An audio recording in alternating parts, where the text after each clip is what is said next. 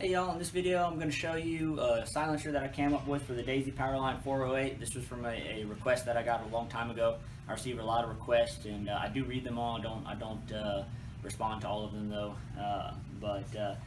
Anyways, I thought this was a really interesting one. The person who made the request thought that they would be similar to the Daisy Powerline 426, and I could see why someone might think that, but I really could not use the same method that I used for the 426 because the 426 really hasn't worked out very well, and I ended up discontinuing it because in order to make it a good fit, I have to make it real tight, and it makes it prone to breakage. And if I make it too loose, then it wobbles around, and I really wasn't satisfied with that. So I discontinued it, but this is probably seen before. The 426 is, like I said, it's a tight fit. You got to pull it straight out like that. If you don't pull it straight out, I can just show you. I'll go ahead and break this one. But if you don't pull it straight out, you can break it like that, and it cracks like that. So that's why I discontinued it, and I really am not satisfied with that sort of attachment method. Luckily, the 408 is actually very different. It actually has this whole little part right here, this whole little shroud that can come off. And I've just reverse engineered it and then integrated a silencer into it, and it turned out pretty neat. One thing that I don't like about this gun though is that it has the rear sights and front sight on two different parts, two different bodies, right? So if this moves around at all, which it does have some play in it, then not every shot is going to be the same. So it would have been nice if they could have made this all one body right here and come off together. That way the sights move with the barrel.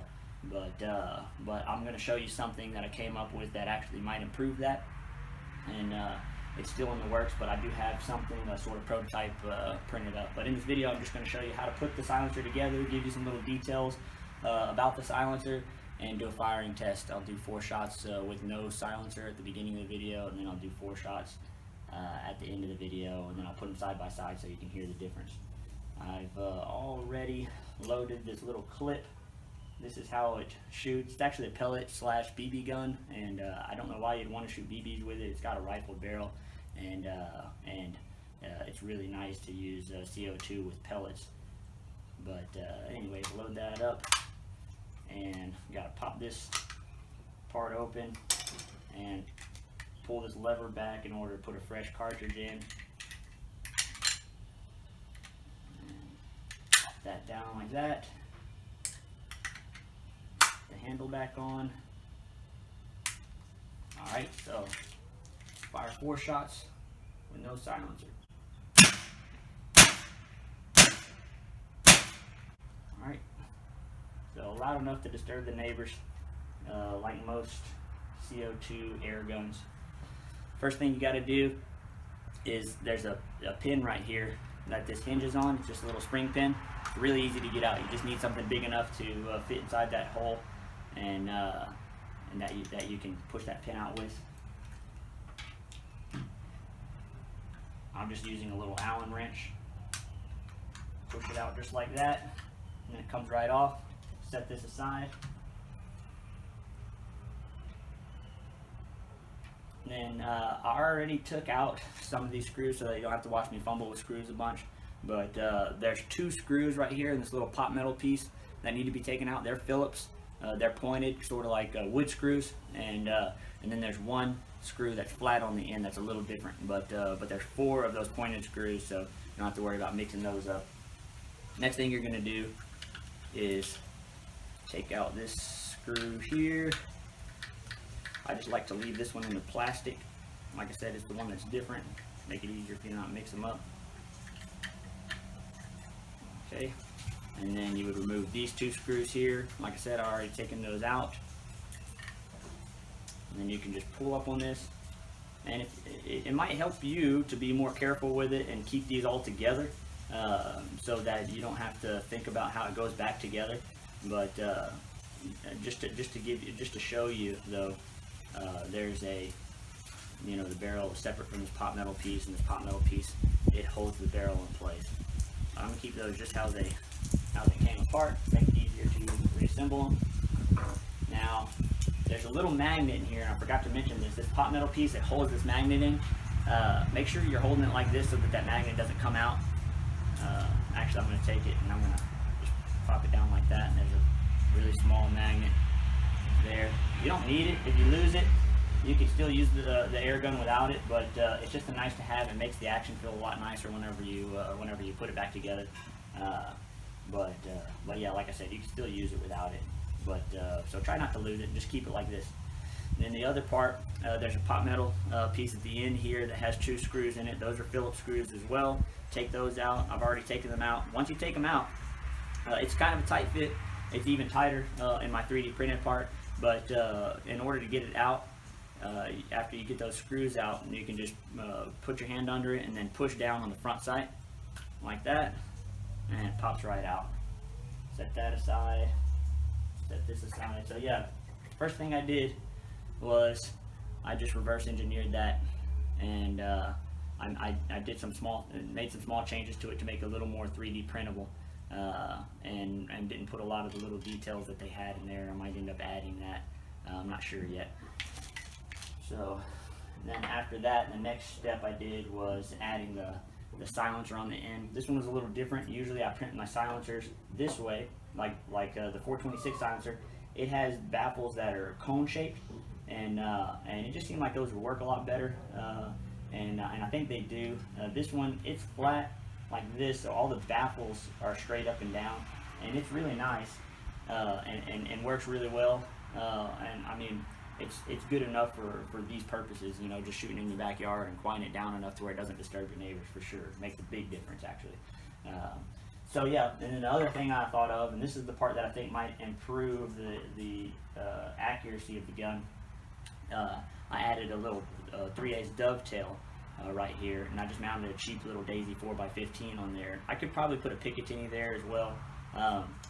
I still need to work out the details with this dovetail. If I make it real sharp, the plastic, it gets really thin right there, and it bends and deforms real easily with this mount, and I figure people probably won't like that much, so I might need to change the profile a little bit, maybe make it round rather than sharp, to make it work better, hold up to that clamping force a little better.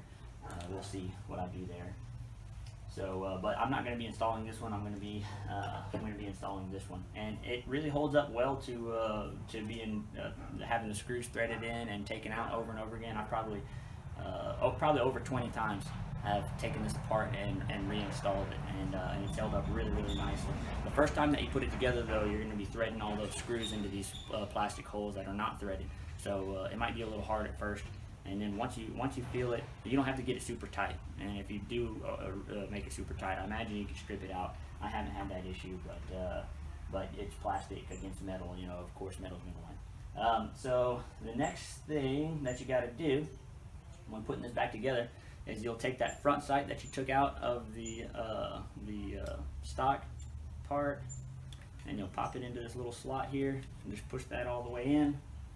Take the pot metal part that you took out at the end there, and take the oblong part and point it towards you. Flat spot up top, tapered part on the bottom. There's only one way you can put it in. There you go. Put that in there like that. And then you'll take the screws that you took out and reinstall those.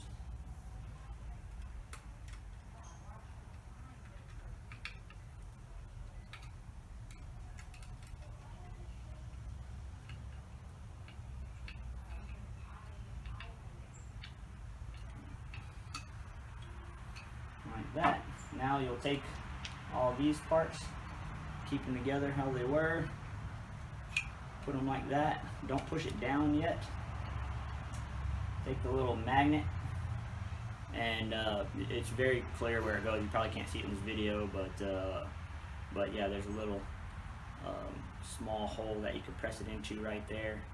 Tried to make it a tight fit so it didn't pop out so easily, and if it doesn't go in all the way, it's fine. You can just put this part down on top of it, and whenever you go to screw it down, it'll push it all the way into that hole. The other one, the stock one, it's a really loose fit, and man, that little magnet pops out really easily, and it's so small, it's hard to find if it rolls around somewhere or whatever. So I was trying to improve that a bit. go ahead and get these screws back into that top metal part.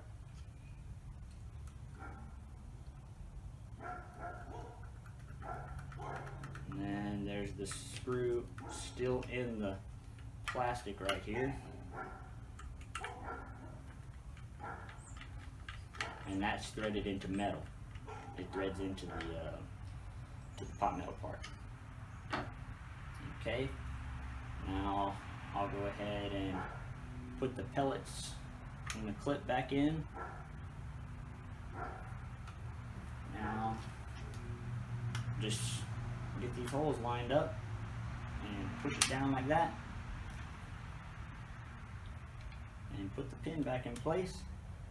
You can just push it back by hand, and it's ready to go.